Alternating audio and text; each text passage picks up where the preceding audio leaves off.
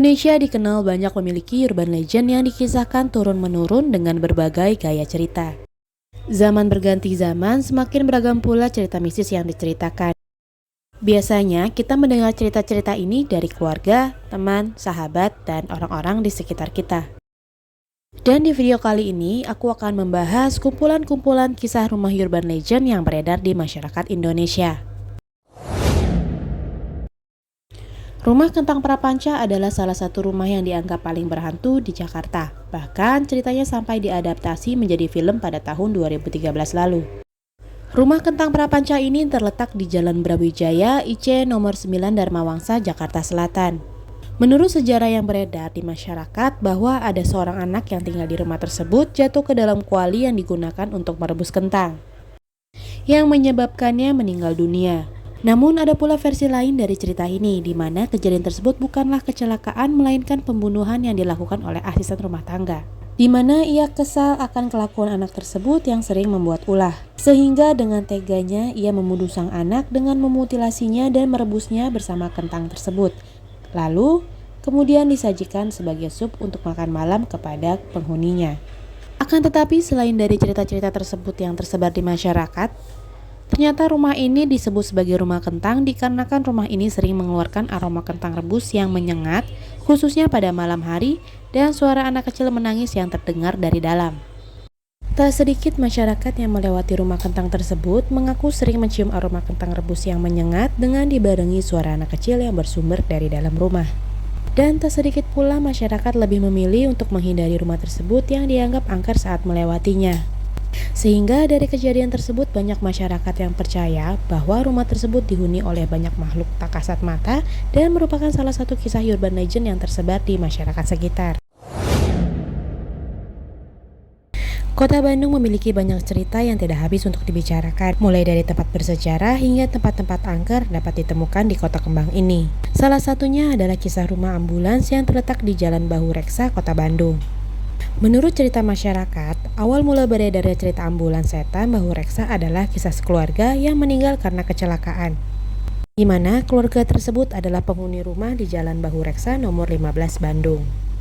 Konon, ambulans yang parkir dan ditutupi kain itu adalah ambulans yang membawa seluruh korban kecelakaan ke rumah sakit. Namun, yang membuat seram adalah apabila mobil ambulans di Bandung ini dipindahkan, pasti dengan sendirinya dia akan kembali ke tempat asalnya. Sehingga mobil ambulans Bandung itu tidak ada yang berani memindahkannya. Sering diceritakan warga sekitar, mereka sering melihat ambulans tersebut berjalan sendiri tanpa dikendarai siapapun.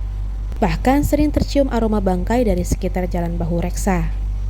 Tak sedikit pula mereka yang percaya di rumah ini biasanya terlihat sosok pocong dan kuntilanak merah, di mana sosok gaib tersebut sering terlihat di Jalan Bahu Reksa yang bersandar di sebelah ambulans. Namun pada tahun 2016, mobil ambulans tua yang sudah rapuh ini dijual ke Bogor dan rumah di Jalan Bahu Reksa nomor 15 sudah direnovasi. Walaupun ambulans tersebut sudah tidak berada di sana, tetapi cerita mistis tentang rumah ambulans di Jalan Bahu Reksa masih terus dibicarakan dan menjadi urban legend di Kota Bandung sampai saat ini.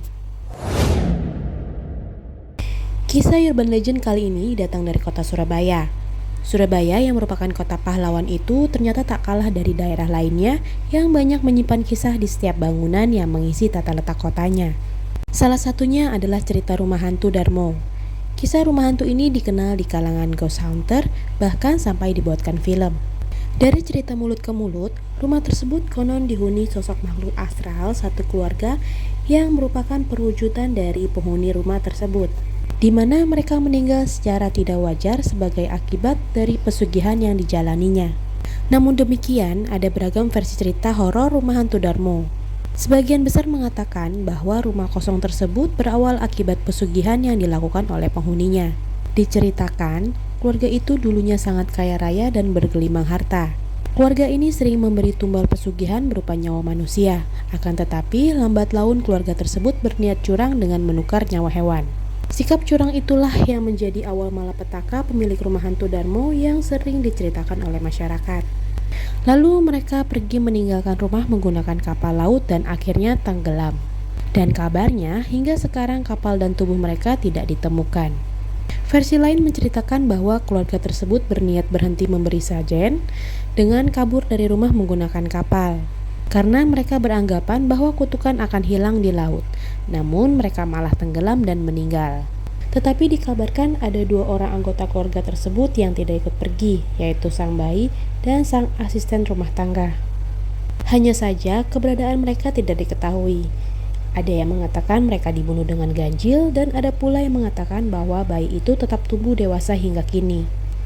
Namun tak ada yang dapat memastikannya.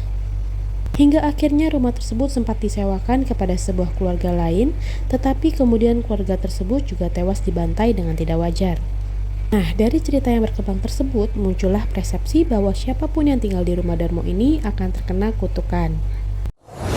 Kisah urban legend kini berasal dari kota Yogyakarta. Selain punya beragam kuliner dan situs bersejarah, ternyata Jogja juga dianggap menarik untuk dikunjungi karena punya rumah angker yang sudah tak perlu diragukan lagi popularitasnya, yaitu Rumah Pocong Sumi Kota Gede.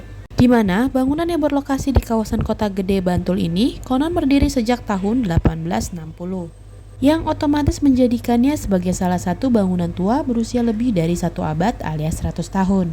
Kisah di balik rumah angker ini kabarnya bermula dari sebuah peristiwa yang terjadi jauh puluhan tahun lalu. Konon katanya, pada 1935 silam, seorang perempuan bernama Sumini tinggal di rumah berpagar hijau kuning itu.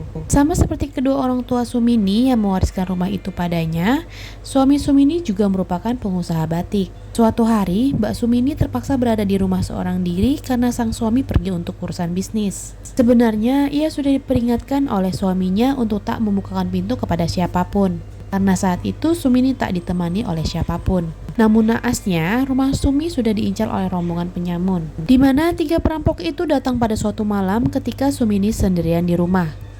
Mereka mengetok-ngetok pintu membawa pesan palsu bahwa suami Sumini mengalami kecelakaan. Karena panik dan lupa akan pesan suaminya, Sumini pun membukakan pintunya hingga perampok bisa masuk dan mengambil harta benda yang ada di rumah Sumini.